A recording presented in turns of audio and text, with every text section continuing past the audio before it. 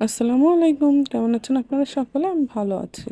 আমার আজকের রেসিপি বরবটি ভর্তা।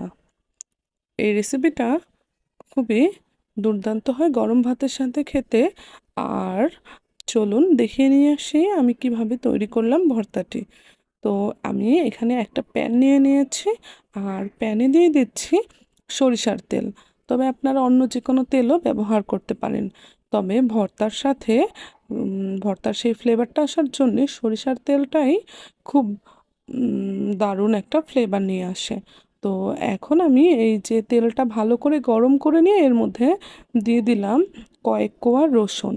তো রসুনটা ভালো করে ভেজে যখন তেলটার মধ্যে ফ্লেভার ছেড়ে দেবে, ঠিক সেই পর্যায়ে আমি এখানে প্রায় 250 গ্রাম দিয়ে দিচ্ছি বরবটি, যেগুলো হচ্ছে লম্বা লম্বা করে এক কর পরিমাণ করে আমি কেটে নিয়েছি। তো এবার এই রসুন আর তেলের সঙ্গে বরবটিটাকে ভেজে নেবার পালা। আমি কিন্তু এখানে কোনো ঢাকনা দিয়ে ঢেকে দেব না, এটা তেলের মধ্যেই ঢাকনা ছাড়া ভেজে নেব। কেননা যদি আমি ঢাকনা দিয়ে ঢেকে দিই তাহলে এটার কালারটা একদমই নষ্ট হয়ে যাবে। তো এরপরে যখন এটাকে একটু ভাজা ভাজা হয়ে আসবে, ঠিক এই পর্যায়ে আমি এর মধ্যে দিয়ে দিচ্ছি কাঁচামরিচ। আমার কাঁচামরিচটা একটু ফ্রোজেন ছিল, তবে আপনাদের কাছে যদি টাটকা কাঁচামরিচ থাকে সেটা দিয়ে দিবেন, ওটার ফ্লেভারটা একটা অন্যরকম ফ্লেভারই যোগ করবে। তো এখানে আমি 8 থেকে 10টি কাঁচামরিচ দিয়েছি। এবার দিয়ে দিচ্ছি চিংড়ি মাছ। তরকারির যে চিংড়িটা হয় সেই চিংড়িটার আমি এখানে 12 থেকে 15 পিস চিংড়ি খোসা বা মাথা না ফেলেই এর মধ্যে দিয়ে দিয়েছি।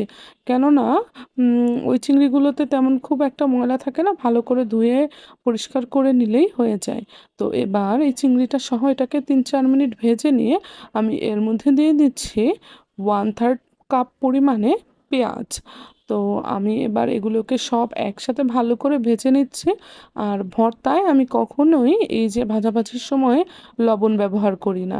যখন বেটে বা ব্লেন্ড করে নিই ঠিক সেই পর্যায়ে লবণটা ব্যবহার করি। তো আমার ভাজাভাজিটা প্রায় শেষ হয়ে এসেছে। দেখবেন যে কাঁচামরিচ আর হচ্ছে যে বরবটিটা এটা কিছুটা রং পরিবর্তন করেছে, আর পেঁয়াজটাও একদম ব্রাউন কালার হয়ে এসেছে। এখন এটাকে নামিয়ে ভালো করে ঠান্ডা করে নিয়ে একটা ব্লেন্ডারের জারে নিয়ে নিচ্ছি। ব্লেন্ডারের জারটা মুখটা আটকে দিয়ে আমি এটাকে ব্লেন্ড করে নিচ্ছি। আপনারা চাইলে পাটায়ও বেটে নিতে পারেন। তো এই যে আমার ব্লেন্ড করা শেষ, আমি কিন্তু ব্লেন্ড করার সময় লবণ নিয়ে ব্যবহার করেছিলাম।